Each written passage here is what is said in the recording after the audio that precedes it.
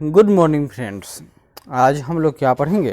तो आज हम लोग एग्रीकल्चर अर्थात कृषि के बारे में जानकारी प्राप्त करेंगे। और यह क्या है? तो यह चैप्टर नंबर 4 है और सब्जेक्ट किसका है? तो यह ज्योग्राफी का यह चैप्टर है और क्लास 10th यानी NCERT का ज्योग्राफी है। तो शुरू करते हैं। कृषि हम लोग बचपन से सुनते आए हैं कि भारत क्या है? तो कृषि प्रधान देश है। भारत की अधिकतर जनसंख्या कृषि पर ही आश्रित है। जो आज नहीं है उसके भी पहले के उसके दादाजी या उसके पहले की पीढ़ी या उसके पहले की जो आबादी वो अभी कृषि ही करती थी, यानी किसान ही थे। यानी भारत है गाँव का देश, भारत किसानों का देश, यही है। लेकिन भारत के साथ दुर्भाग्य है कि भारत का जो नाम जो कृषि से जुड़ा हुआ है या किसान से, लेकिन ये भारत में न ही किसान न ही भारत की कृषि दोनों की हालत अच्छी नहीं है। तो वो तो इकोनॉमिक्स का मैटर है। आज हम लोग जानेंगे कृषि में मुख्य रूप से कृषि कितने प्रकार के होते हैं, कृषि की स्थिति कैसी है, इसमें किस तरह की उपज होगा और बहुत सारे बात तो जानते हैं। कृषि की दृष्टि से भारत है क्या है? तो एक महत्वपूर्ण देश है। इसकी 2/3 जनसंख्या कृषि कार्यों में संलग्न है। कृषि एक प्राथमिक क्रिया है। काम कितने तरह के होते हैं? सामान्यतः 3 तरह के। एक होगा प्राथमिक क्रिया, यानी जो कृषि पर आधारित हो, यानी सामान्यतः जिसमें प्रकृति से डायरेक्ट ही कोई प्रोडक्ट निकाल लिया जाए। जैसे खेत में हम लोग फसल बोएं और खेत उसका उपज काट लिए, जो किसी खदान से खनिज निकाल लिए, किसी जंगल से पेड़ पौधा काट लिए, मत्स्य पालन, ये सब क्या है? तो ये सब प्राथमिक कार्य है। और एक कार्य होता है दूसरा, यानी कृषि पर आश्रित कोई दूसरा है जिसमें यही खाद्य पदार्थ हो या कोई भी प्रोडक्ट हो उसका प्रोसेसिंग हो जाए। जैसे रियल एस्टेट, बिल्डिंग है, या जो कोई खाद्य पदार्थ है जैसे गेहूँ चावल, इन सब का कुछ बिस्किट ब्रेड बहुत कुछ बनाया जा सकता है। तो वह सेकेंडरी सेक्टर हो गया। और टर्सरी सेक्टर में वैसे लोग जिसको कहेंगे हम लोग को वाइट कलर जॉब, यानी कि ऑफिस में बैठकर, जैसे कि ट्रांसपोर्टेशन, बीमा सेक्टर, बैंकिंग, शेयर बाजार, बहुत सारे इसी तरफ एक अब तो चौथा सेक्टर, 5वां सेक्टर सब आ गया है। तो सब हम लोग इकोनॉमिक्स में आएंगे तो डिटेल से जानेंगे। तो कृषि क्या है? प्राथमिक क्रिया है जो हमारे लिए अधिकांश खाद्यान्न उत्पन्न करती है। खाद्यान्नों के अतिरिक्त यह विभिन्न उद्योगों के लिए कच्चा माल भी पैदा करती है। इसके अतिरिक्त कुछ उत्पादों जैसे कि कुछ कैश क्रॉप होगा, यानी कि इसका किसान इसकी खेती खाने के लिए नहीं, इस बेचने के लिए करेगा। जैसे चाय, कॉफ़ी, मसाले इत्यादि का निर्यात भी भारत से किया जाता है। क्या आप कृषिगत कच्चे माल पर आधारित कुछ उद्योगों के नाम बता सकते हैं? जूट उद्योग, कपड़ा का लिए, टेक्सटाइल इंडस्ट्री, बहुत सारे हो सकते हैं, जितना चाहो उतना आप लिख सकते हो इसमें। कृषि के प्रकार, तो कृषि हमारे देश की प्राचीन आर्थिक क्रिया है। पिछले हजारों वर्षों के दौरान भौतिक पर्यावरण, प्रौद्योगिकी यानी टेक्नोलॉजी, सामाजिक संस्कृति, रीति रिवाजों के अनुसार खेती करने की विधियों में सार्थक परिवर्तन हुआ है। जीवन निर्वाह खेती से लेकर वाणिज्य खेती तक कृषि के अनेक प्रकार हैं। भारत किस लिए जाना जाता है? जीवन निर्वाह कृषि के लिए, यानी सिंपल खेती से, यानी जो लैंड ज़मीन है उस उतना ही इस्तेमाल कीजिए जिससे आपका जीवन निर्वाह हो जाए, जीवन चल जाए, बस। यह तो वाणिज्यिक कृषि अंग्रेजों की देन है। और जब से अंग्रेज आए, वाणिज्यिक कृषि का जब से भारत में शुरुआत हुआ, देश में किसानों का हालत, किसान से जुड़े हुए मजदूर का हालत और अकाल की समस्या, सब कुछ देश में भयावह स्थिति में उत्पन्न हो गई। वर्तमान समय में भारत के विभिन्न भागों में निम्नलिखित प्रकार के कृषि तंत्र अपनाए जाते हैं। देखिए, पहला होगा एक प्रारंभिक जीविका निर्वाह कृषि, यानी सिंपल इतना ही खेती करेंगे कि काम चल जाए, पेट भर जाए, कुछ और हो जाए खाने पीने के लिए। इस प्रकार की कृषि भारत के कुछ भागों में अभी भी की जाती है। प्रारंभिक जीवन निर्वाह कृषि भूमि के छोटे टुकड़ों पर आदिम कृषि औजारों जैसे लकड़ी के हल, डाऊ और खुदाई करने वाली छड़ी तथा परिवार अथवा समुदाय श्रम की मदद से की जाती है। यानी कि बाहरी एकदम सस्टेनेबल एग्रीकल्चर का यह उदाहरण है कि इसमें पूर्ण सब कुछ लोकल स्तर पर ही होगा, सब कुछ अपने से ही कर लेंगे, बीज भी अपना ही होगा, उसको भी नहीं खरीदना है, नहीं खाद खरीदेंगे, सब कुछ जैसे हो किसी तरह से खेती कर लिया जाएगा और जो उत्पादन होगा उसी को काट कर बस, उसमें ना कुछ खर्चा है ना ही कुछ ज़्यादा उत्पादन होगा, यानी कि किसी तरह जीवन चल रहा है। इस प्रकार की कृषि प्रायः मानसून, मृदा की प्रकृति, उर्वरता और फसल उगाने के लिए अन्य पर्यावरणीय परिस्थितियों की उपयोगिता पर निर्भर करती है। यानी कि भगवान भरोसे, अगर हुआ तो हुआ, न हुआ तो भी अच्छा है, क्योंकि कुछ लगान तो लगा है नहीं, अतः इसमें आत्महत्या करने वाली बात न होगी। दूसरा होगा यह कर्तन दहन प्रणाली यानी स्लैश एंड बर्न एग्रीकल्चर। आगे बढ़ते हैं। कृषि है, इसमें क्या करेगा कि किसान जमीन के टुकड़े को पहले साफ करके उन पर अपने परिवार के भरण पोषण के लिए अनाज व अन्य खाद्य फसलें उगाते हैं। जब मृदा की उर्वरता कम हो जाती है तो किसान उस भूमि के टुकड़े से छोड़कर, यानी कि मान लेते हैं पूरा जंगल का इलाका है, पहले यहाँ पर इस इलाके को साफ कर दिए, आग लगा दिए, जंगल जल गया, फिर यहाँ पर कुछ दिन कृषि हुआ, फिर उसके बाद में पास वाले जंगल इसको ही साफ कर दिया जाएगा और यहाँ पर कृषि आरंभ हो जाएगा और इसको छोड़ दिया जाएगा इसी तरह। अतः यहाँ पर फिर कुछ सालों में यहाँ पर जंगल हो जाएगा, फिर तीसरे बार में यह इलाका है, यहाँ पर कृषि होगा, इसी तरह यह चक्र चलते रहता है। इसी को कहते हैं स्लैश एंड बर्न कृषि या झूमिंग कृषि।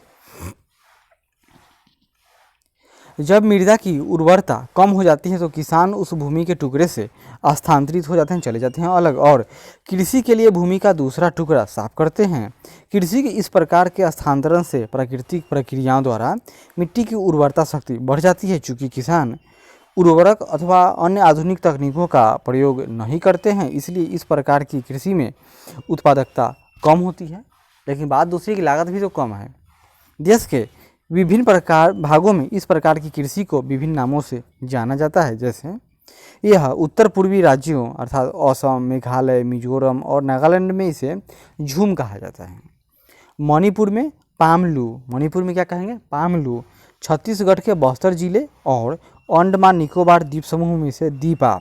एक बार और, नॉर्थ ईस्ट में इसको झूम कहेंगे, मणिपुर को छोड़कर। मणिपुर में नाम है पामलू, छत्तीसगढ़ के बस्तर जिले और अंडमान निकोबार द्वीप समूह में इसे दीपा कहा जाता है। किसको, स्लैश एंड बर्न एग्रीकल्चर को। झूम का मतलब क्या, देखिए, कर्तन दहन प्रणाली यानी स्लैश एंड बर्न।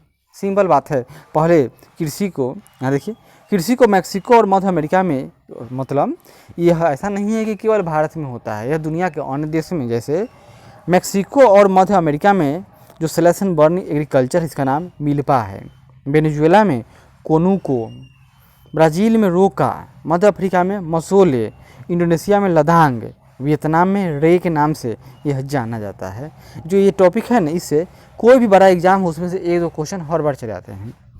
एक बार और, तो मैक्सिको और मध्य अमेरिका में मिल्पा, वेनेजुएला में कोनुको, ब्राज़ील में रोका, मध्य अफ्रीका में मसोले, इंडोनेशिया में लदांग, वियतनाम में रे के नाम से जाना जाता है। वहीं भारत के अन्य क्षेत्र हैं, जैसे भारत में भी यह प्रारंभिक किस्म की खेती अनेक नामों से जानी जाती है। जैसे मध्य प्रदेश में बेबर या दहिया, आंध्र प्रदेश में पोंडू अथवा पेंडा, उड़ीसा में पामाडाबी या कोमान या बड़िंगा, उड़ीसा में पामाडाबी या कोमान या बड़िंगा, पश्चिमी घाट में कुमारी, कहाँ, तो महाराष्ट्र की बात हुई, पश्चिमी घाट में कुमारी, दक्षिण पूर्वी राजस्थान में वालरे या वाल्टरे, हिमालयन क्षेत्र में इसको खील, झारखंड में कुरुआ और उत्तर पूर्वी प्रदेशों में झूम आदि नामों से जाना जाता है। ये देखिए झूम एग्रीकल्चर का उदाहरण, पहले इस जंगल को जला दिए और सब खेत साफ हो जाएगा तो इसमें एग्रीकल्चर होगा।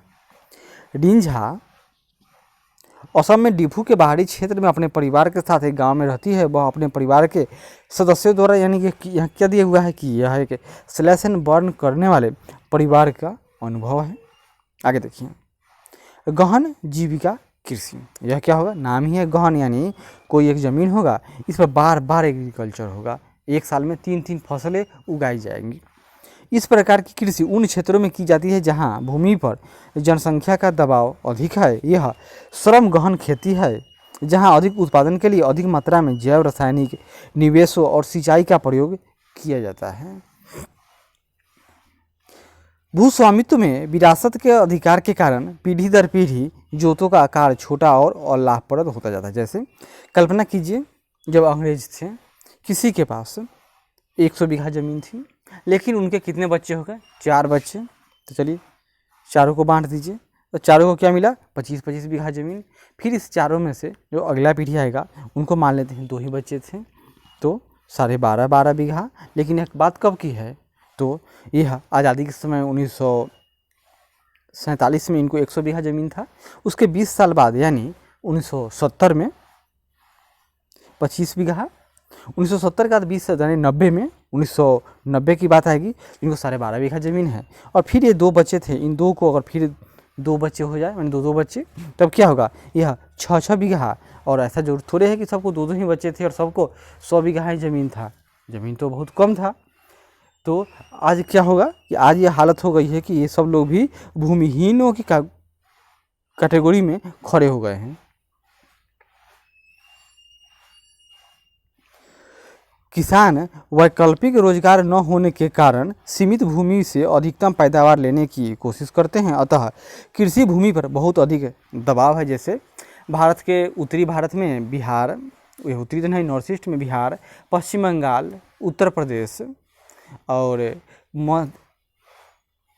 यह इलाका केरल दक्षिण भारत में, और आपका बांग्लादेश, या जो दक्षिण पूर्व के देश है जैसे हिंद चीन के देश और चीन का पूर्वी भाग, जापान के क्षेत्र, इन सब में इस तरह की खेती की जाती है।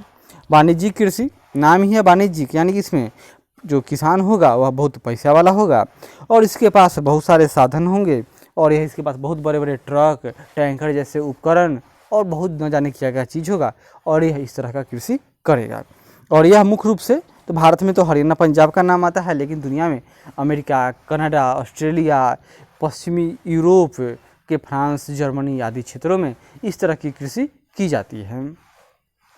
इस प्रकार की कृषि के मुख्य लक्षण आधुनिक निवेशों जैसे अधिक पैदावार देने वाले बीजों, रासायनिक उर्वरकों और कीटनाशकों के प्रयोग से उच्च पैदावार प्राप्त करना है। कृषि के वाणिज्यिकरण का स्तर विभिन्न प्रदेशों में अलग अलग है। उदाहरण के लिए हरियाणा पंजाब भारत का ले सकते हैं। में चावल क्या हो गया, वाणिज्यिक फसल है, इलाका है वह एरिड रीजन है, यानी कि वहाँ पर आप चावल नहीं उपजा सकते हो, लेकिन वहाँ के लोगों ने बहुत ही मेहनत करके, पानी का ज़बरदस्त दुरुपयोग करके चावल की खेती करते हैं और उस चावल का निर्यात होता है। तो कहा जाता है कि वो ये लोग भारत के पर्यावरण का ही निर्यात करते रहे हैं। परंतु उड़ीसा में क्या है, तो यह एक जीविका फसल है, क्योंकि वहाँ तो समुद्री इलाका है, आराम से वर्षा हो जाएगी और बिना किसी लागत के चावल की खेती हो जाती है। रोपण कृषि भी एक प्रकार की वाणिज्यिक खेती है। रोपण कृषि यानी कि इसमें प्लांटेशन क्रॉप के, जैसे कि केला, चाय, कॉफ़ी, बहुत सारे इसमें भी नाम आ जाएंगे, पाम के ऑयल बागान, फिर आपका नारियल के बागान। रोपण कृषि भी एक प्रकार की वाणिज्यिक खेती है। इस प्रकार की खेती में लंबे चौड़े क्षेत्र में एकल फसल बोई जाती है। रोपण कृषि उद्योग और कृषि के बीच एक अंतरापृष्ठ यानी इंटरफेस होता है। रोपण कृषि व्यापक क्षेत्र में की जाती है, जो अत्यधिक पूंजी और श्रमिकों की सहायता से की जाती है। इससे प्राप्त सारा उत्पादन उद्योग में कच्चे माल के रूप में प्रयोग होता है, यानी कि जो रोपण कृषि होगा वह डायरेक्ट कंज्यूम नहीं होगा, वह किसी उद्योग का कच्चा माल होगा। भारत में चाय, कॉफ़ी, रबर, गन्ना, केला इत्यादि महत्वपूर्ण रोपण फसलें हैं। भारत में चाय, कॉफ़ी, रबर, गन्ना, केला इत्यादि महत्वपूर्ण रोपण फसलें हैं। असम और उत्तरी बंगाल में चाय, कर्नाटक में कॉफ़ी वहाँ की मुख्य रोपण फसलें हैं। चूँकि रोपण कृषि में उत्पादन बिक्री के लिए होता है, ये भारत के दक्षिणी भाग में केले की रोपण कृषि, नाम ही है रोपण, अर्थात क्या समझे, इसको रोपा जाएगा, मतलब और से जो कृषि होगा उसमें उसके बीज का इस्तेमाल होता है खेती के लिए, लेकिन और वह सीजनल होगा, लेकिन यह एक बार रोप दिया जाएगा उसके पेड़ को और यह कुछ साल के लिए बहुवर्षीय होगा। उत्तर पूर्वी क्षेत्र में बांस की कृषि है। इसके लिए कहा गया, इसलिए इसके विकास में परिवहन और संचार साधन से संबंधित उद्योग और बाजार महत्वपूर्ण योगदान देते हैं। आगे देखिए, शस्य प्रारूप, मतलब कि कोई इलाका है एक, क्या इसमें एक वर्ष में एक खेती होगा, तो ये क्या हुआ, ये इसका 100% है। अगर इसमें 2 फसल है तो 200% है। तो देखिए, आपने भारत की भौतिक विविधताओं और संस्कृतियों की बहुलता के संदर्भ में अध्ययन किया होगा, ये तो हर कोई जानता है। ये देश में कृषि पद्धतियों और शस्य प्रारूपों में प्रतिबिंबित होता है। इसलिए देश में बोई जाने वाली फसलों में अनेक प्रकार के खाद्यान्न और रेशे वाली फसलें, सब्जियां, फल, मसाले इत्यादि शामिल है।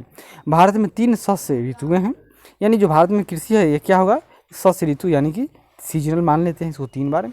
एक होगा जो जाड़े के समय में उसको बोया जाएगा और गर्मी में काटा जाएगा, नाम है रबी, मुख्य उदाहरण गेहूँ। दूसरा होता है खरीफ, यानी गर्मी के दिन में, मतलब कि मानसून के आरंभ होने के समय में इसकी बुआई होगी और जाड़े के दिनों में इसकी कटाई होगी, यानी खरीफ मुख्य रूप से चावल। और एक होता है जायद, यानी इसमें मुख्य रूप से सब्जियों का ही नाम आता है, जो प्रायः भीषण गर्मी के समय में जैसे तरबूज, खरबूज, बहुत तरह की सब्जियों की खेती होती है। रबी फसलों को शीत ऋतु में अक्टूबर से लेकर दिसंबर के मध्य बोया जाता है और ग्रीष्म ऋतु में अप्रैल से जून के मध्य काटा जाता है, जैसे गेहूँ, जौ, मटर, चना और सरसों कुछ मुख्य रबी फसलें हैं। यद्यपि ये फसलें देश के विस्तृत भाग में बोई जाती हैं। उत्तर और उत्तर पश्चिमी राज्य जैसे पंजाब, हरियाणा, हिमाचल प्रदेश, पश्चिमी उत्तर प्रदेश, जम्मू कश्मीर, उत्तराखंड आदि, बिहार के भी कुछ पश्चिमी भाग में गेहूं और अन्य रबी फसलों के उत्पादन के लिए ये सब महत्वपूर्ण राज्य हैं। क्वेश्चन उठता है कि गेहूं का सबसे बड़ा उत्पादक राज्य उत्तर प्रदेश, सबसे अधिक उत्पादकता, यानी कोई 1 हेक्टेयर है उसमें सबसे अधिक तो पंजाब। रबी फसलों के उत्पादन के लिए महत्वपूर्ण राज्य हैं। शीत ऋतु में शीतोष्ण पश्चिमी विक्षोभ से होने वाली वर्षा इन फसलों के अधिक उत्पादन में सहायक होती है। पश्चिमी विक्षोभ मतलब यह कहाँ चक्रवात उठेगा, तो यह टेम्परेट स्ट्रॉम हुआ चक्रवात है, और कहाँ से आएगी तो यह यूरोप से मेडिटेरियन सी में उठने वाले चक्रवात हैं।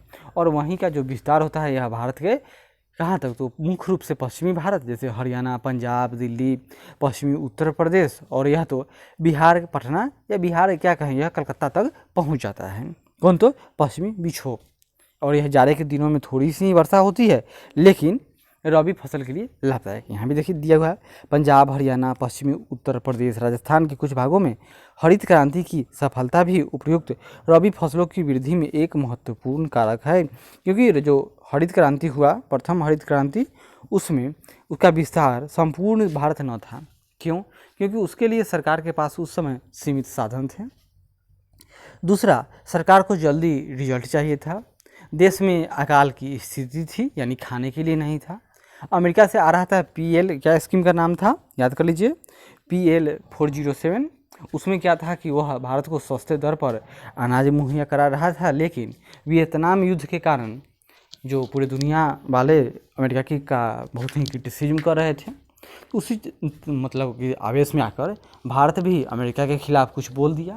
अतः अमेरिका सरकार ने क्या किया कि भारत से जो आ रहे थे खाद्यान्न थे उसको समुद्र में ही रोक दिया कि नहीं जाओ।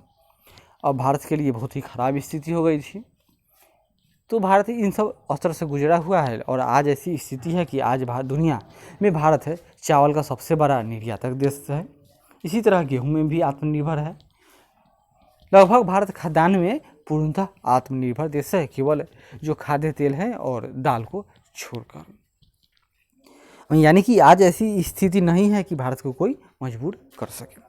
तो खरीफ फसलें देश के विभिन्न क्षेत्रों में मानसून के आगमन के साथ बोई जाती है और सितंबर अक्टूबर में काट ली जाती है। इस ऋतु में बोई जाने वाली मुख्य फसलों में चावल, मक्का, ज्वार, बाजरा, तूर, मूंग, उड़द, कपास, जूट, मूंगफली और सोयाबीन है। तो जो प्रथम हरित क्रांति था वह कहाँ लागू हुआ?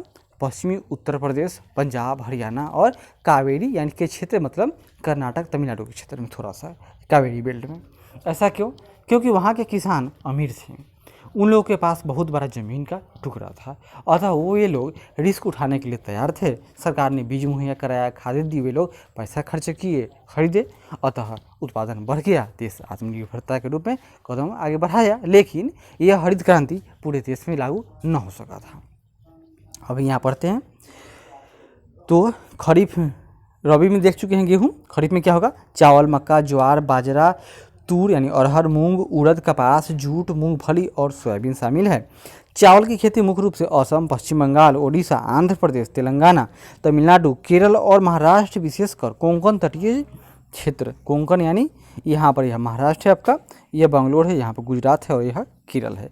कोंकण यानी कहाँ से कहाँ तक इलाका होता है कोंकण? तो कोंकण मतलब याद कीजिए चुपचाप आप, पूरा महाराष्ट्र से लेकर कर्नाटक के मंगलूर तक का क्षेत्र वह क्या है, तो वह कोंकण रीजन कहलाता है। उससे आगे कन्नड़ा तट, जो कर्नाटक के मंगलोर या कहेंगे उसका पूरा का पूरा कर्नाटक तट कन्नड़ तट कहलाता है। और मालाबार तट, तो केरल का तट है वह मालाबार तट है। पिछले कुछ वर्षों में चावल पंजाब और हरियाणा में बोई जाने वाली महत्वपूर्ण फसल बन गई है। और चावल का सबसे बड़ा उत्पादक राज्य अभी वर्तमान में कौन है, तो उत्तर प्रदेश।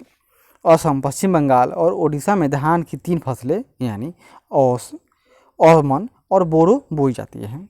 रबी और खरीफ फसल ऋतुओं के बीच ग्रीष्म ऋतु में बोई जाने वाली फसल को जायद कहा जाता है। जायद ऋतु में मुख्यतः तरबूजे, खरबूज, खीरे, सब्जियों और चारे की फसलों की खेती की जाती है। गन्ने की फसल को तैयार होने में लगभग 1 वर्ष का समय लग जाता है, यानी कि यह वार्षिक फसल है। कुछ मुख्य फसलें जैसे मिट्टी, जलवायु और कृषि पद्धति में अंतर के कारण देश के विभिन्न क्षेत्रों में अनेक प्रकार की खाद्य और अखाद्य फसलें उगाई जाती है। भारत में उगाई जाने वाली मुख्य फसलों में जैसे चावल, गेहूँ, मोटे अनाज, दालें, चाय, कॉफ़ी, गन्ना, तिलहन, कपास और जूट इत्यादि है। इन्हीं से बार बार एग्जाम में क्वेश्चन आपको आएगा। जैसे पहला है चावल। भारत में सबसे ज़्यादा लोग कौन सा फसल का कंज्यूम करते हैं, तो चावल। तो भारत में अधिकांश लोगों का खाद्यान्न चावल है। हमारा देश चीन के बाद दूसरा सबसे बड़ा चावल का उत्पादक है और निर्यातक तो दुनिया का सबसे बड़ा। क्यों? क्योंकि चीन के लोग सारा चावल खा जाते हैं।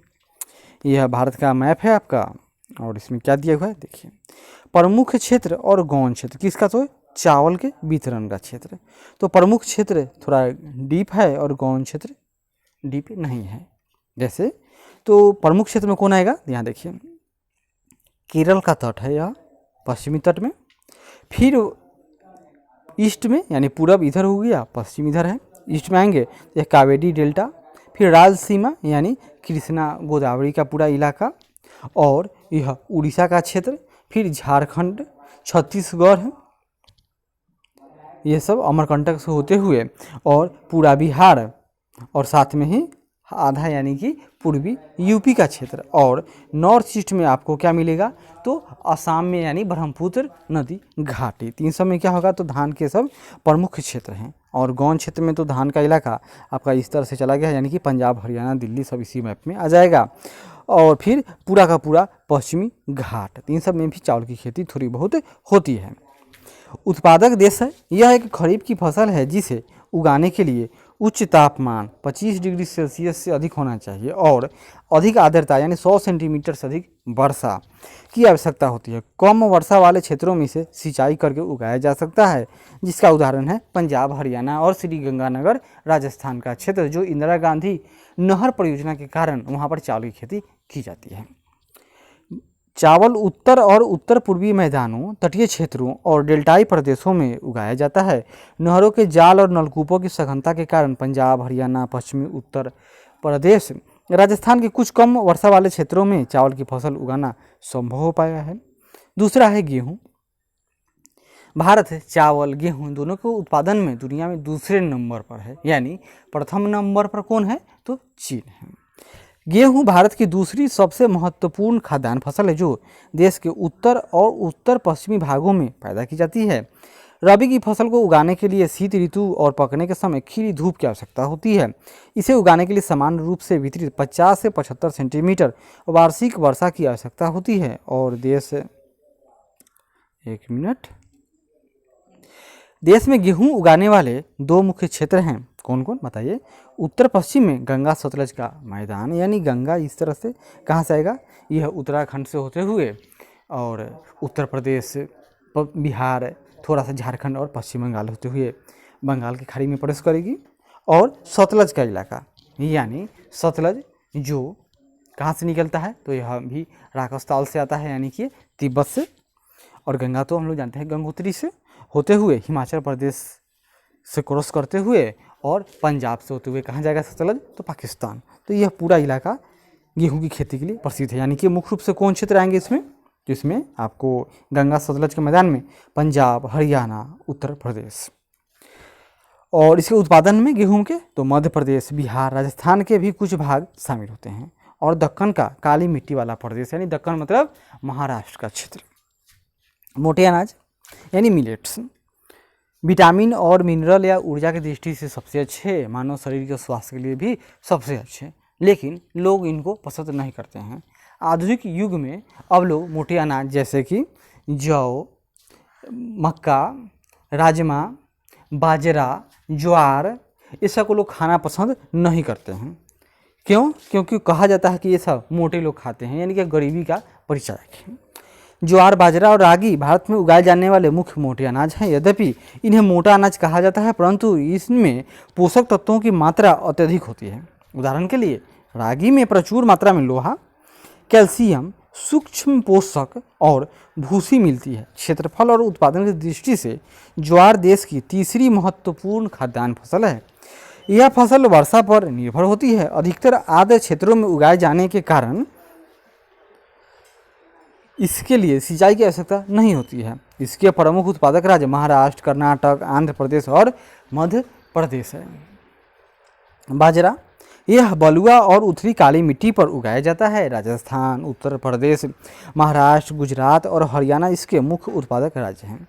रागी शुष्क प्रदेशों की फसल है और यह लाल, काली, बलुआ और दोमट मिट्टी या उथली काली मिट्टी पर अच्छी तरह उगाई जाती है। रागी के प्रमुख उत्पादक राज्य कर्नाटक, हिमाचल प्रदेश, उत्तराखंड, सिक्किम, झारखंड और अरुणाचल प्रदेश। और आगे देखिए मक्का।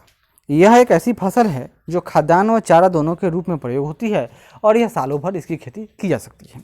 यह एक खरीफ फसल है।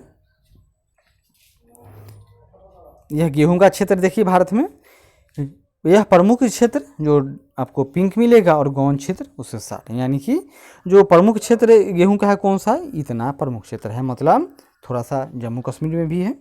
फिर आपका ये हिमाचल प्रदेश है, यह पंजाब, हरियाणा, सॉरी ठीक तो है, यह दिल्ली, यह पश्चिमी उत्तर प्रदेश, यह उत्तराखंड, यह मध्य प्रदेश का क्षेत्र है।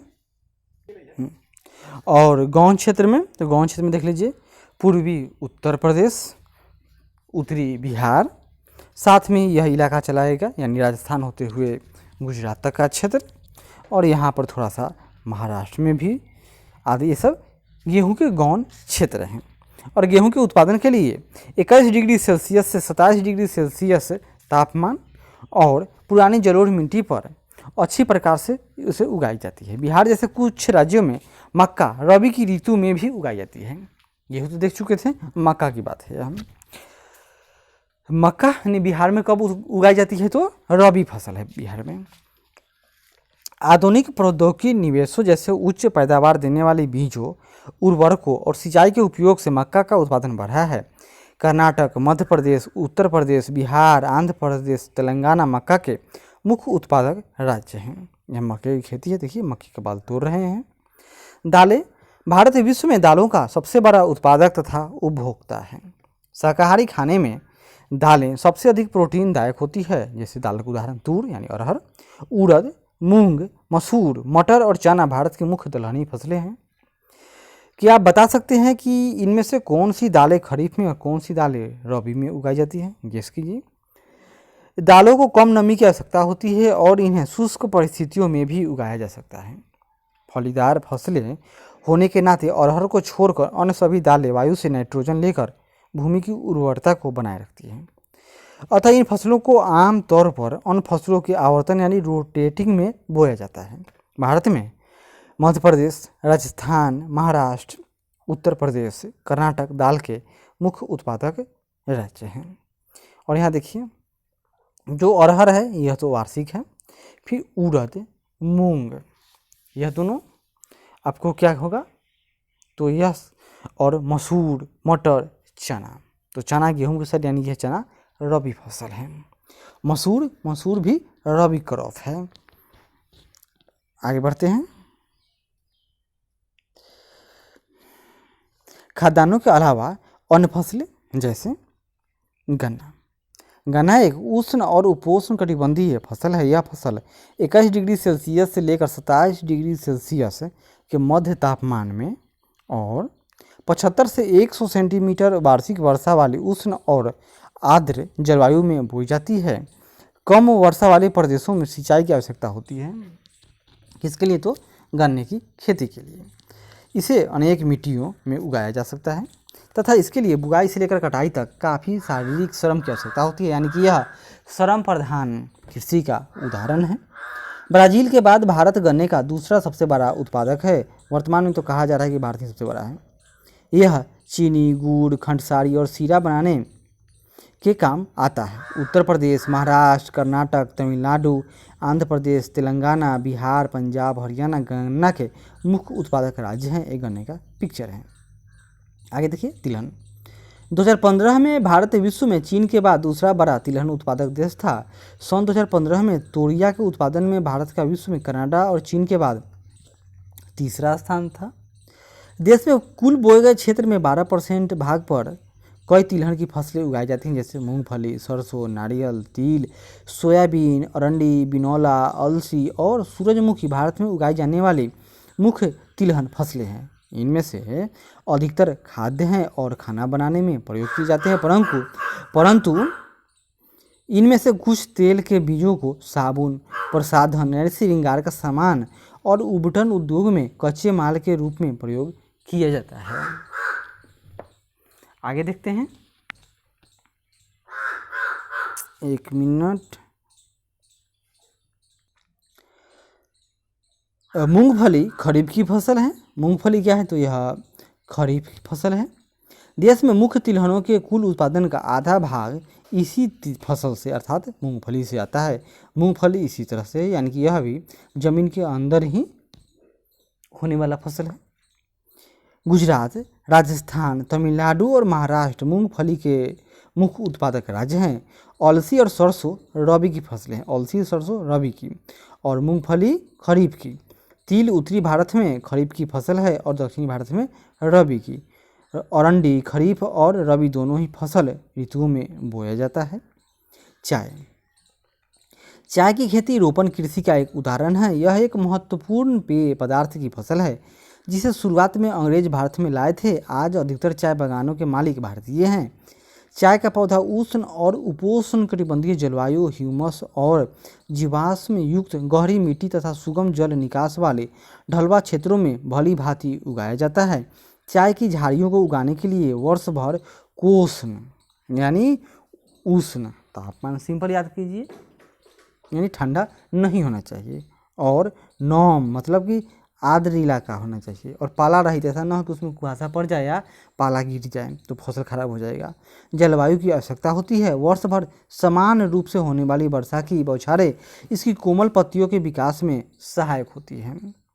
चाय एक श्रम सघन उद्योग है। इसके लिए प्रचुर मात्रा में सस्ता और कुशल श्रम चाहिए। इसकी ताजगी बनाए रखने के लिए चाय की पत्तियां बागान में ही संसाधित की जाती है। चाय के मुख्य उत्पादक क्षेत्रों में असम, पश्चिम बंगाल, तमिलनाडु, पश्चिम बंगाल में कहाँ तो दार्जिलिंग और जलपाईगुड़ी पहाड़ी, तमिलनाडु और केरल है। इसके अलावा हिमाचल प्रदेश, उत्तराखंड, मेघालय, आंध्र प्रदेश और त्रिपुरा आदि राज्यों में भी चाय उगाई जाती है। सन 2015 में भारत विश्व में चीन के बाद चाय का दूसरा सबसे बड़ा उत्पादक देश था। यहाँ देखिए ये तिलहन है, ऊपर देखे थे हम लोग पिक्चर, यह मूंगफली का था, यह सूरजमुखी का है और यह सरसों का खेत है। और चाय की खेती इस तरह से होती है कि चाय में जो बागान होगा उसमें इसी तरह लंबे लंबे वृक्ष पूरे में लगा दिए जाएंगे। क्यों? क्योंकि ताकि सूर्य की जो रोशनी हो सीधे चाय के बागान के पत्तों पर न पड़े, ताकि ये पत्ते मुरझा न जाएं। और रोज़ यहाँ क्या होगा, तो बहुत अधिक मात्रा में मजदूर की आवश्यकता होगी। क्यों?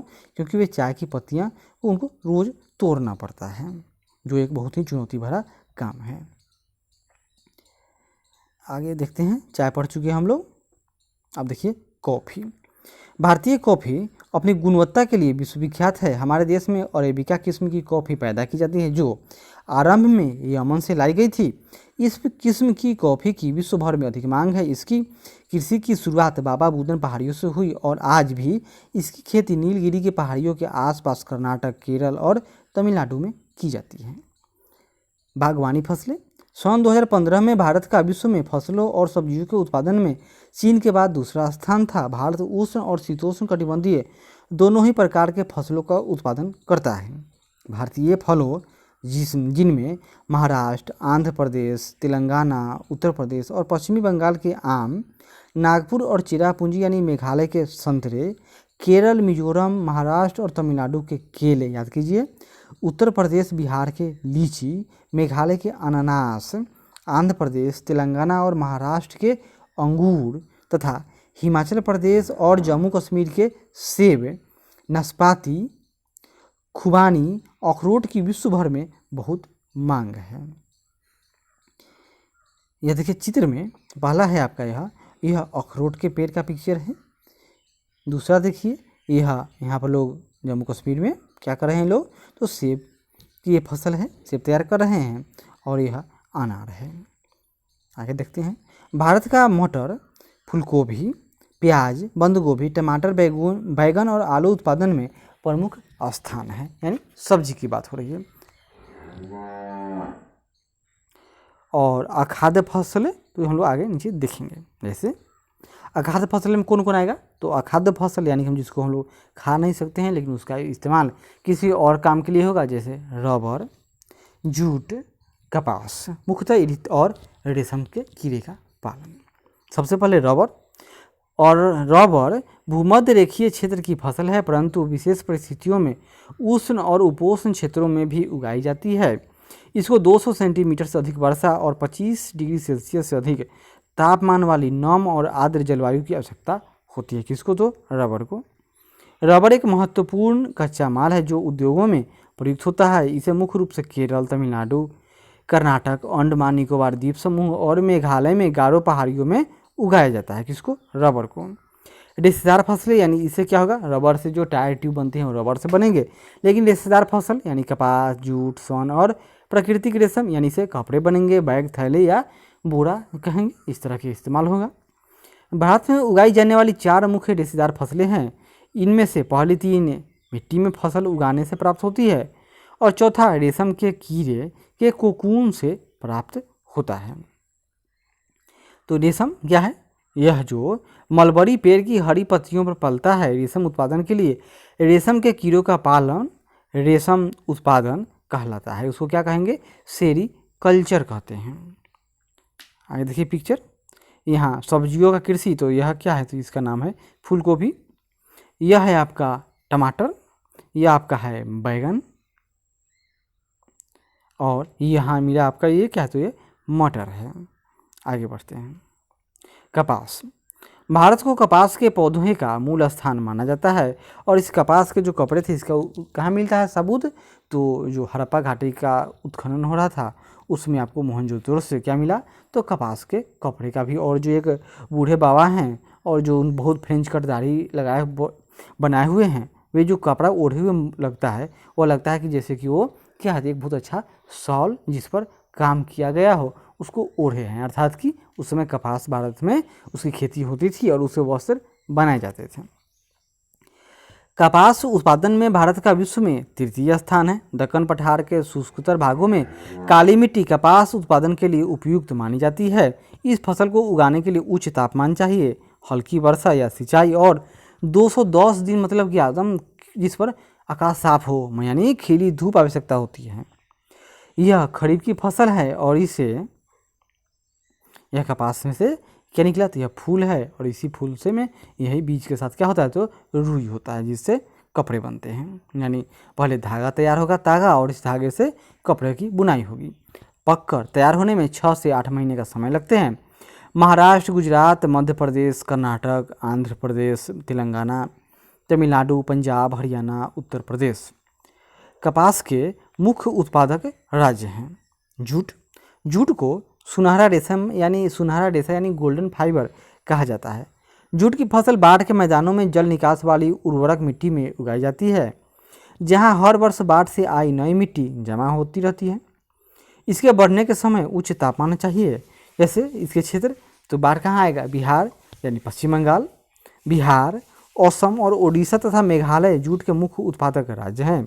इसका प्रयोग बोरियां, चटाई, रस्सी, तंतु व धागे, गलीचे और दूसरी दस्तकारी की वस्तुएं बनाने में किया जाता है। इसकी उच्च लागत के कारण और कृत्रिम रेशों और पैकिंग सामग्री विशेषकर नायलॉन की कीमत कम होने के कारण बाजार में इसकी मांग कम हो रही है। यानी कि कोई भी चीज़ दुनिया में देख लीजिए जिसमें भारत का मोनोपोली हो, पूरी दुनिया वाले मिलकर उसका कोई न कोई विकल्प खोज लेते हैं और भारत का वह सामान बेकार हो जाता है। प्रौद्योगिकीय और संस्थागत सुधार देखते हैं, यानी भारत में क्या क्या टेक्नोलॉजी में सुधार करना चाहिए और आधारभूत सुविधा किस तरह की करना चाहिए ताकि कृषक यानी किसानों का हालत सुधर सके। तो देखते हैं, जैसा कि पहले बताया गया है कि भारत में कृषि हजारों वर्षों से की जा रही है, परंतु प्रौद्योगिकी यानी टेक्नोलॉजी और संस्थागत यानी आधारभूत परिवर्तन के अभाव में लगातार भूमि संसाधन के प्रयोग से कृषि का विकास अवरुद्ध हो जाता है तथा इसकी गति मंद हो जाती है। सिंचाई के साधनों का विकास होने के उपरांत भी देश के एक बहुत बड़े भाग में अभी भी किसान खेतीबाड़ी के लिए मानसून और भूमि की प्राकृतिक उर्वरा पर ही निर्भर है। यानी भारत में क्या कहा जाता है कि भारत की कृषि मानसून के साथ जुआ है, यानी कि वर्षा अच्छी हुई तो कृषि होगा और ज़्यादा होगा तो डूब जाएगा, नहीं तो कम होगा तो सूख जाएगा। बढ़ती हुई जनसंख्या के लिए यह एक महत्वपूर्ण चुनौती है। 60% से भी अधिक आबादी कहाँ है भारत में लगा हुआ, तो कृषि में ही लगा हुआ है। और फिर भी हालत कैसी है कि यहाँ कृषकों का भी हालत ख़राब है और कृषि का भी हालत ख़राब है। अधिकतर लोगों को आजीविका प्रदान करने वाली कृषि में कुछ गंभीर तकनीकी एवं संस्थागत सुधार लाने की आवश्यकता है। स्वतंत्रता के पश्चात देश में संस्थागत सुधार करने के लिए जोतों की चकबंदी, यानी बहुत सारे जो खेत देखिएगा लोगों के पास है, खेत एक जगह नहीं है, बिखरे हुए हैं। लेकिन सरकार का प्रयास क्या था, चकबंदी में जो जिसका जो खेत होगा वह एक ही जगह उसको एक टुकड़ा में बदल कर दे दिया जाए। लेकिन इसमें भी उनके खेत से मोह, यानी वो कहेंगे कि भाई मेरा खेत तो अधिक उपजाऊ है, हमारे खेत में अधिक फसल होता है, यह ऊंचा है, यह पानी में नहीं डूबता है, बहुत तरह की बातें हैं। दूसरा सरकार ने किया अतः चकबंदी पूर्णतः सफल ना हो सका। सहकारिता, यानी कि आपस में ही किसान मिल जाए और सामूहिक कृषि करें।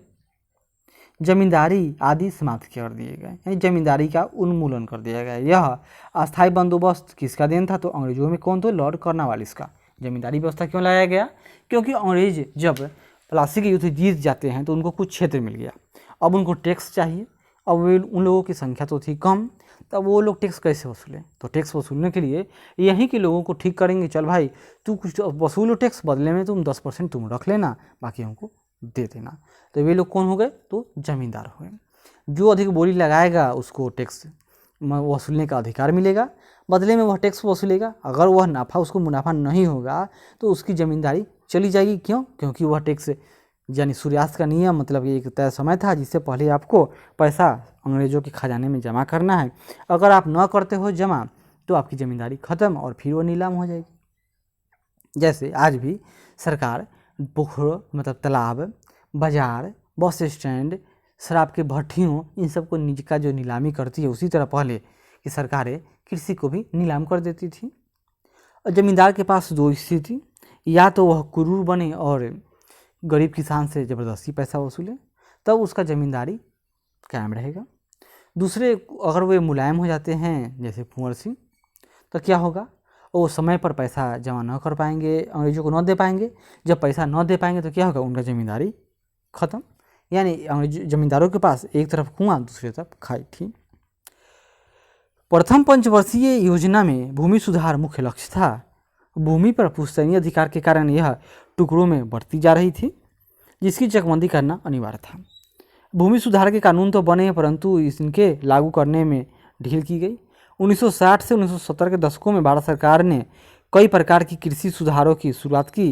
पैकेज टेक्नोलॉजी पर आधारित हरित क्रांति और श्वेत क्रांति। हरित क्रांति कृषि से संबंधित, श्वेत क्रांति भारत में दूध के उत्पादन बढ़ाने के लिए जैसी कृषि सुधार के लिए कुछ रणनीतियाँ आरंभ की गई थी, परंतु इसके भी कारण विकास कुछ क्षेत्रों तक ही सीमित रहा। इसलिए 1980 तथा 90 के दशक में व्यापक भूमि विकास कार्यक्रम शुरू किया गया, जो संस्थागत और तकनीकी सुधारों पर आधारित था।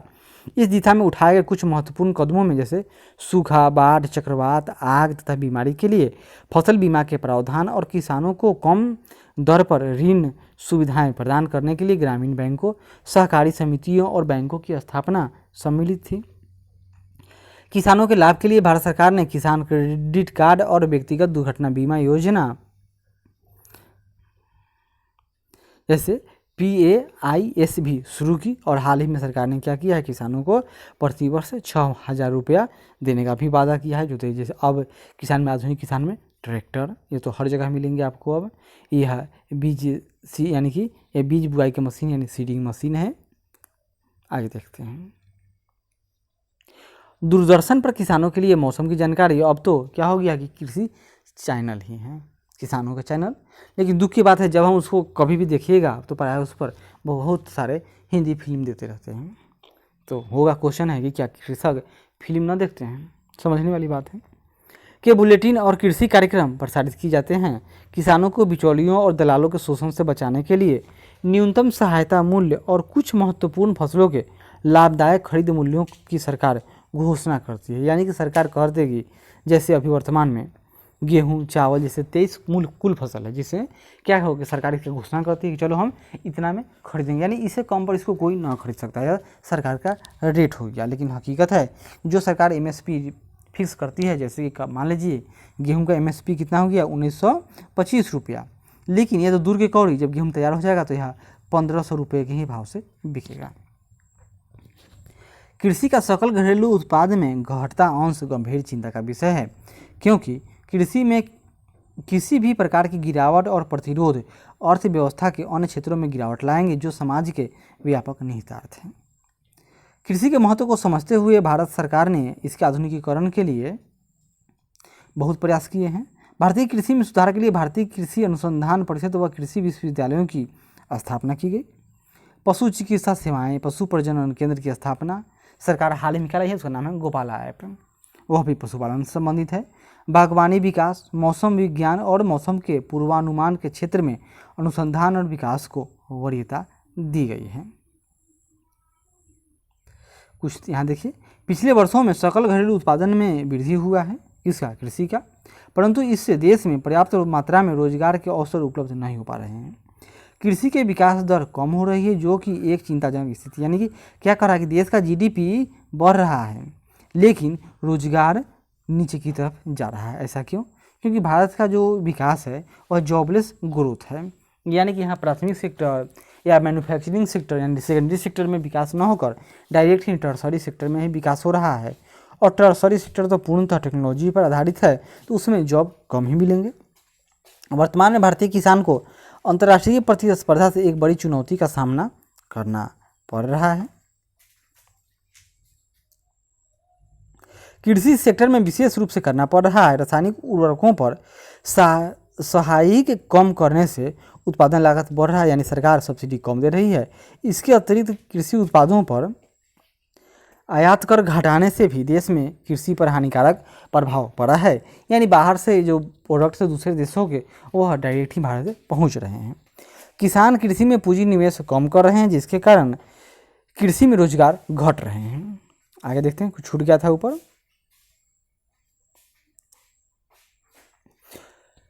भूदान से ग्रामदान। जब देश आज़ाद हुआ तो विनोबा भावे नाम के एक नेता थे। यह कहा जाता है कि महात्मा गांधी के राजनीतिक उत्तराधिकारी हुए, जिन्होंने सत्याग्रह नाम से एक क्या किया, तो सत्याग्रह जब में सबसे निष्ठावान सत्याग्रही की तरह इन्होंने भाग लिया था। कौन? तो विनोबा भावे।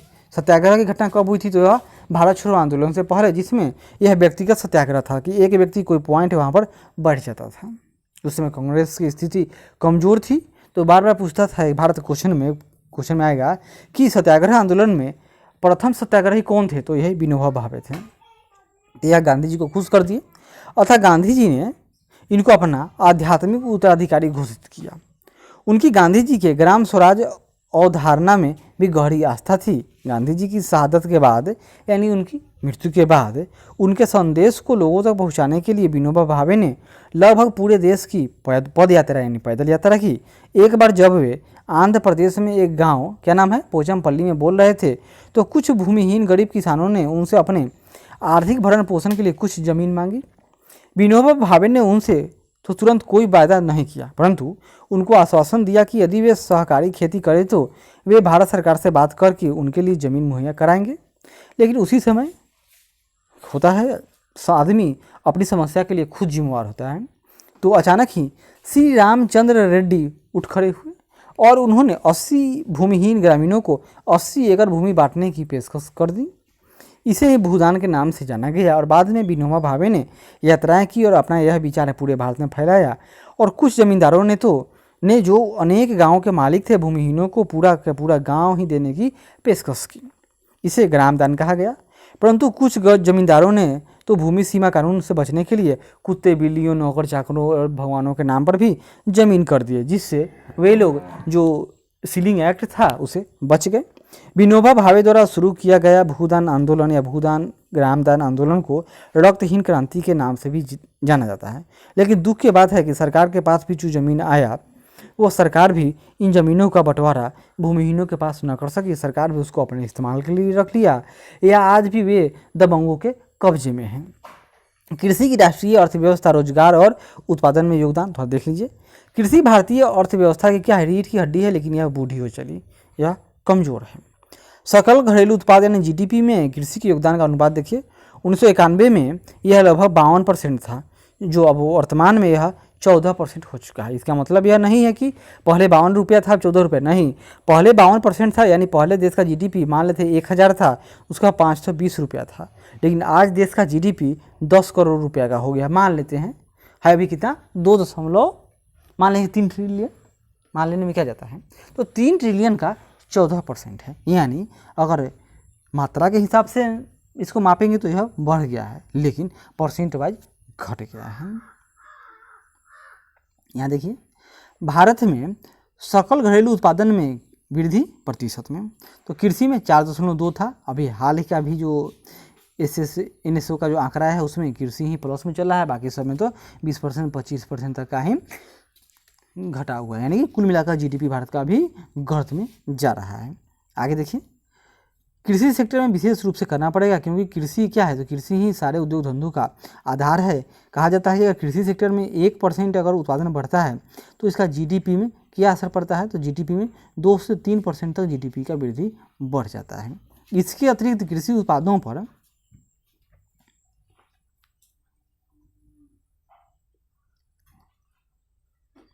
आयात कर घटाने से भी देश में कृषि पर हानिकारक प्रभाव पड़ा है। किसान कृषि में पूंजी निवेश कम कर रहे हैं, जिसके कारण कृषि में रोजगार घट रहा है। आगे देखिए, किसान की समस्या है क्या क्या है। किसानों का खेत खराब हो जाएगा तो क्या करेंगे, खेती छोड़ देंगे, या कोई किसान होगा बहुत कर्ज में रहेगा तो आत्महत्या कर लेगा। वैश्वीकरण का कृषि पर प्रभाव, वैश्वीकरण कोई नई घटना नहीं है। उपनिवेश काल में भी यही स्थिति मौजूद थी। 19वीं शताब्दी में जब यूरोपीय व्यापारी भारत आए तो उस समय भी भारतीय मसाले विश्व के विभिन्न देशों में निर्यात किए जाते थे, और दक्षिण भारत में किसानों को इन फसलों को उगाने के लिए प्रोत्साहित किया जाता था। आज भी गरम मसाले भारत से निर्यात की जाने वाली मुख्य वस्तुओं में शामिल है। ब्रिटिश काल में अंग्रेज व्यापारी भारत के कपास क्षेत्र की ओर आकर्षित हुए और भारतीय कपास को ब्रिटेन में सूती वस्त्र उद्योग के लिए कच्चे माल के रूप में निर्यात किया गया। मैनचेस्टर और लिवरपूल में सूती वस्त्र उद्योग भारत में पैदा होने वाली उत्तम किस्म की कपास की उपलब्धता पर फली फूली। और 1917 में हम लोग क्या देखे थे कि बिहार में हुए चंपारण आंदोलन के बारे में पढ़ा होगा, जिसमें 3 कठिया जो पद्धति थी उसको समाप्त किया गया था। यानी कि नील की खेती 3 कट्ठा में आपको करना ही है, अगर आपके पास 1 बीघा जमीन है तो। इसकी शुरुआत इसलिए हुई कि इस क्षेत्र में किसानों पर नील की खेती करने के लिए दबाव डाला गया। नील ब्रिटेन के सूती वस्त्र उद्योग के लिए कच्चा माल था। ये किसान इसलिए भड़क गए, क्यों, क्योंकि अब नील का दाम यानी प्राइस घट गया था। दूसरा, नील की खेती करने से खेत उनका बंजर हो जाता था, और ऊपर से प्राइस कम, दाम कम, तो क्या होगा, किसानों को घाटा लगेगा। और फिर भी उनको ज़बरदस्ती खेती करना ही पड़ रहा था, इसलिए विवाद हो गया। अगर वो किसान खेती करना न चाहे तो वो भी उनको टैक्स देना पड़ेगा, करेंगे तो उनको कुछ पैसा मिलेगा, लेकिन उतना नहीं मिलता था जितना कि मिलना चाहिए था। 1990 के बाद वैश्वीकरण के तहत भारतीय किसानों को कई नई चुनौतियों का सामना करना पड़ रहा है। चावल, कपास, रबर, चाय, कॉफ़ी, जूट और मसालों का मुख्य उत्पादक होने के बावजूद भारतीय कृषि विश्व के विकसित देशों से स्पर्धा करने में असमर्थ है, क्योंकि उन देशों में कृषि को अत्यधिक सहायकी दी जाती है, यानी कि सब्सिडी प्रदान की जाती है। यह सागौन के क्लोन का उत्तक संवर्धन है। यहाँ देखिए, सागौन के पेड़ का यह क्लोन है, यानी टिश्यू कल्चर कृषि। आज हमारे कहाँ गया, आज भारतीय कृषि दो राह पर है। भारतीय कृषि को सक्षम और लाभदायक बनाने तथा सीमांत और छोटे किसानों की स्थिति सुधारने पर जोर देना होगा। सीमांत मतलब क्या, जिनका खेत 1 हेक्टेयर से भी कम हो, और छोटे किसान मतलब क्या, जिनका के पास खेत 2 हेक्टेयर से कम हो। हरित क्रांति ने लंबा चौड़ा वायदा किया, परंतु आज यह कई विवादों से घिरी है।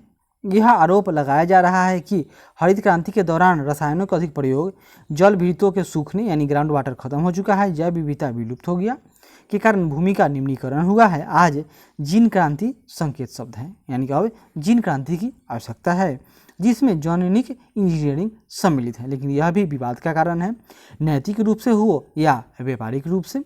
क्यों? क्योंकि पहले से ही किसान गरीब हैं। कल्पना कीजिए, एक भारत में क्या है, अभी तो बीटी कॉटन ही एकमात्र फसल है जो जीन फसल है, यानी कि इसमें जैविक सुधार किया गया है। लेकिन दुख की बात है कि जो बीटी कॉटन को क्यों लाया गया था, क्योंकि यह उत्पादन बढ़ाएगा, तो यह उत्पादन बढ़ाने में नाकाम रहा। दूसरा, यह इसलिए लाया गया था कि इस पर जो कीट पतंगों का असर कम होगा, लेकिन अब हाल के वर्षों में देखा गया है कि कीट पतंगों का इस पर अटैक बहुत ज़ोर से होता है।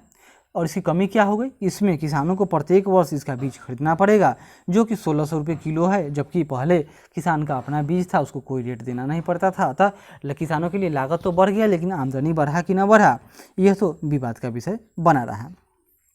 विकसित एवं विकासशील देशों में कीटनाशकों के भारी उपयोग से भी संबंधित समस्याएं आ रही है। पानी प्रदूषित होगा, जमीन खराब हो जाएगा, बहुत सारी बातें हैं। वास्तव में कार्बनिक यानी ऑर्गेनिक कृषि का आज अधिक प्रचलन है, लेकिन इसकी भी कुछ लिमिटेशन है, क्योंकि यह उर्वरकों और कीटनाशकों जैसे कारखानों में निर्मित रसायनों के बिना की जाती है। इसलिए पढ़ने सुनने देखने में तो अच्छा लगता है, लेकिन हकीकत के धरातल पर यह खरा नहीं उतरता है। इसलिए पर्यावरण पर इसका नकारात्मक प्रभाव नहीं पड़ता है। कुछ अर्थशास्त्रियों का यह भी मानना है कि बढ़ती जनसंख्या के कारण घटते आकार के जोतों पर यदि खाद्यान्नों की खेती होती रही तो भारतीय किसानों का भविष्य फुल स्टॉप हो जाएगा, यानी अंधकार में है। भारत में लगभग 83.3 करोड़ लोग हैं, लगभग 25 करोड़ हेक्टेयर भूमि पर निर्भर हैं। इस प्रकार एक व्यक्ति के हिस्से में औसतन आधा हेक्टेयर से भी कम कृषि भूमि आती है। भारतीय किसानों को सस्यावर्धन यानी गहन कृषि करना चाहिए, यानी साल में 3 फसल उपजाइए, और खाद्यान्नों के स्थान पर कीमती फसलें उगानी चाहिए, यानी हर एक आदमी सोना चांदी की खेती कीजिए। लेकिन दुख की बात है कि अगर खेती मुख्य रूप से चावल गेहूँ में करना चाहिए, क्योंकि उससे उसका पेट भरेगा। अगर प्रत्येक व्यक्ति औषधीय पौधे, बायोडीजल, इन सब का खेती करेगा तो खाना कहाँ से खाएगा। लेकिन सुनने में यानी आमदनी बढ़ाने के लिए और कहीं बोलना हो तो उसके लिए अच्छा है कि पर्यावरण निम्नीकरण में कमी आएगी। फलों, औषधीय पौधों, बायोडीजल, फसलों यानी जैट्रोफा और जुजुबा, फूलों और सब्जियों को उगाने के लिए चावल या गन्ने से बहुत कम सिंचाई की आवश्यकता होती है। देखिए कितना अच्छा है। भारत में जलवायु विविधता का विभिन्न प्रकार की कीमती फसलें उगाकर उपयोग किया जा सकता है।